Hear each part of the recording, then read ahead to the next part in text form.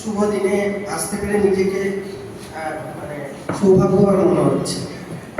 মঞ্চে যারা উপবিষ্ট আছেন তাদের আর আলাদা করে সকলের নাম নিচ্ছি না। ওদিকে যোধাজিৎ বাবু আছেন, অতীন্দ্র একটু আগে বলল, আমি নাম ধরেই বলছি, অতীন্দ্র আমার থেকে জুনিয়রই হবে। খুব ভালো লাগলো সকলের বক্তব্য। ফুটবল বাবু আছেন, রঘুনাথ বাবু সেক্রেটারি সাহেব ও আমাদের নদী সংসদের প্রেসিডেন্ট, একটু আগে কাবুল বাবু ছিলেন। সকলের বক্তব্য থেকে যে মূল বিষয় সেই জায়গাটায় সকলের কাছে এতক্ষণে পরিষ্কার যে আমরা আজকে একটা মুভমেন্টের রূপরেখা করে তুলছি, যেটাকে নদী বাঁচাও আন্দোলন বলছি। এরকম এনভায়রনমেন্টাল মুভমেন্ট এই প্রথম নয়, ভারতবর্ষে এনভায়রনমেন্টাল মুভমেন্টের অনেক পায়োনিয়ার কাজ হয়েছে, আগেও হয়েছে। কিন্তু আমাদের সাথে এই জায়গাটার একটা কিছু পার্থক্য আছে। সেই পার্থক্যটার মধ্যে একটা ইংরেজিতে কথা আছে, চ্যারিটি বিগিনস অ্যাট হোম। আমরা প্রথমেই এখানে ছিলেন একজন বলছিলেন যে আন্দোলনটা কোথা থেকে শুরু হয়। আন্দোলনটা আমার ঘর থেকে শুরু হয়, আন্দোলনটা আমার আঙিনা থেকে শুরু হয়, আন্দোলনটা আমার স্কুল থেকে শুরু হয়, আমার ক্লাব থেকে শুরু হয়, আমার জনপদ থেকে শুরু হয়। যেখানে আমার গায়ে ছ্যাঁকা লাগবে সেরকম সন্নিকটস্থ জায়গা থেকে শুরু হয়। সেই জায়গাটা অবশ্যই হিমনারা অঞ্চল পাবলিক ইনস্টিটিউশন, অবশ্যই দরাবপুর স্কুল। কারণ এই জায়গার পাশ দিয়ে একটা নদী বয়ে গেছে, যার ইতিহাস ভূগোল আমার থেকে আপনাদের অনেক বেশি জানা। আমি বলতে খুব ভালো লাগছে, 2013 সালে আমার মিসেস এখানে জয়েন করেন, ওখানে বসে আছে সুদীপা মুখার্জি সান্নাল। আমি তারপর থেকে প্রথম স্কুলে যখন আসি তখন নদীটার এখানে দাঁড়িয়ে পড়েছিলাম। আমি ওকে বলেছিলাম, তুমি বায়োলজির টিচার, স্কুলের পাশে একটা নদী মরছে, কি করছো তোমরা? ও চেষ্টা করেছিল, চেষ্টার জায়গা থেকে আপনারা হয়তো অনেকে জানেন, অনেকে জানেন না। আমার বোধহয় আজকে বলার এর চেয়ে ভালো প্ল্যাটফর্ম আর হবে না। নদিয়া জেলা সায়েন্স কংগ্রেস মানে বা চিলড্রেন ন্যাশনাল সায়েন্স কংগ্রেসে ওদের স্কুল থেকে এই মরালি নদীর ওপর দুটো প্রজেক্ট কনজিকিউটিভ দুবার স্টেটে মিট করেছে, ডিস্ট্রিক্টে র্যাঙ্ক করে স্টেটে গেছে। আমাদের এখান থেকে একটি প্রজেক্ট, একটি কাল্পনিক প্রজেক্ট, একটি হাইপোথেটিক্যাল মডেল মরালিকে কেন্দ্র করে এখানকার চাষাবাদ, চাষি এবং এখানের যেভাবে পাট পচানো হয় সেই বেডটাকে আমরা যদি মানে একটা বীজতলা হিসেবে কাজে লাগাতে পারি সেটা নিয়ে, আর এখানকার বায়োডাইভার্সিটি মানে জৈব বৈচিত্র্য কি আছে সেটার উপরেও প্রজেক্ট করে ইউথ সায়েন্স ফেয়ারে এবছরে জেলায় প্রথম হয়ে রাজ্যে গেছিল স্কুল থেকে। তো আমরা যেটা হতে পারিনি, এই স্কুল থেকে কিন্তু প্রথম কোনো একটা উদ্যোগ, এটার কৃতিত্ব কিন্তু মরালি, এটা কৃতিত্ব কিন্তু ওই সন্তানতুল্য ছাত্রছাত্রী যারা কিন্তু ওইখানে আমার থেকে বেশি চেনে ওই মাটিকে, ওই জলকে, ওই প্রাণীকে।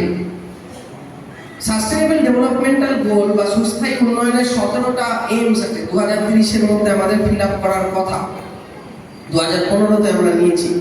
তার মধ্যে বিশ্বাস করুন প্রায় 8টা গোল আছে যেটা নদীকে কেন্দ্র করে মানে প্রত্যক্ষ বা পরোক্ষভাবে জড়িত।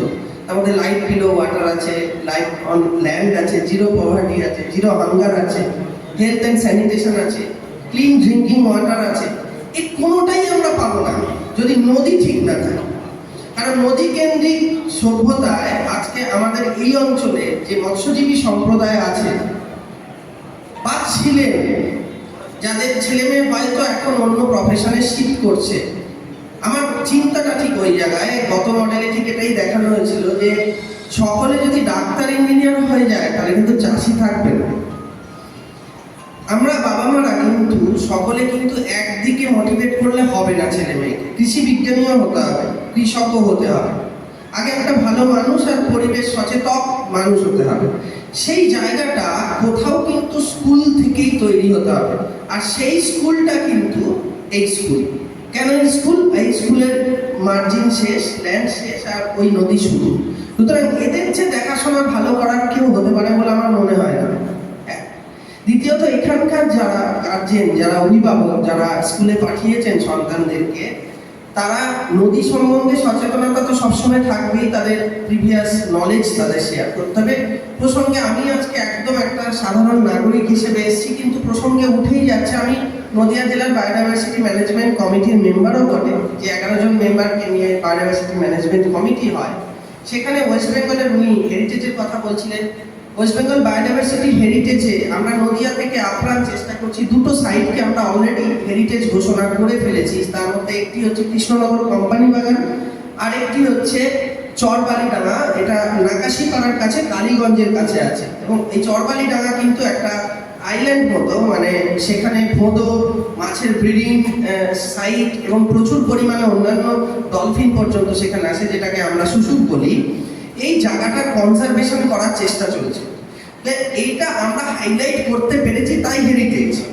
কেউ বলতে পারে না আজ থেকে 6 বছর, 7 বছর, 10 বছর পর আমাদের আজকের এই উদ্যোগ, যা আজকে সূচনা হচ্ছে, এই উদ্যোগে মরালি একদিন হেরিটেজ সাইট হবে না। মরালিকে হেরিটেজ সাইট করতে গেলে সবার আগে দরকার হচ্ছে পিপল বায়োডাইভার্সিটি রেজিস্টার। আমরা যারা আগে যে সমস্ত প্রাণী, উদ্ভিদ যা দেখেছি, যার এখানে মেডিসিনাল ইম্পর্টেন্স প্ল্যান্টও ছিল, এখানে উলুফগড়া ছিল, এখানে বোনা হতো, এখানে একটা সম্প্রদায় ছিলেন যেখানে আমাদের এই কাপড় বোনা হতো আর কি। তার জল একটা হিউজ সাপোর্ট সেটা ছিল। আমি চূর্ণির ওপর কাজ করেছি, প্রায় 36টা গবেষণাপত্র আমার আছে। তার মধ্যে চূর্ণির গবেষণাপত্রটা দেখে সারা পৃথিবী স্টান্ট হয়ে গেছিল, যে প্রথম রিপোর্টের যেখানে ক্রোমিয়ামের পলিউশন সারা পৃথিবীর কোনো নদীতে এত নেই, সেটা কালীনারায়ণপুর থেকে ওই রানাঘাটের ওই চত্বরটা। কেন? ওখানে প্রচুর গামছা, লুঙ্গি, এগুলোর ইন্ডাস্ট্রি আছে, বাড়িতে বাড়িতে তৈরি হয়, সেখানে রং ইউজ হয়, সেই ডাইগুলো নদীতে ফেলে দেওয়া হয়। সেই নদী জলের মধ্যে নেই, কিন্তু তলায় মাটিতে চুষে নিচ্ছে।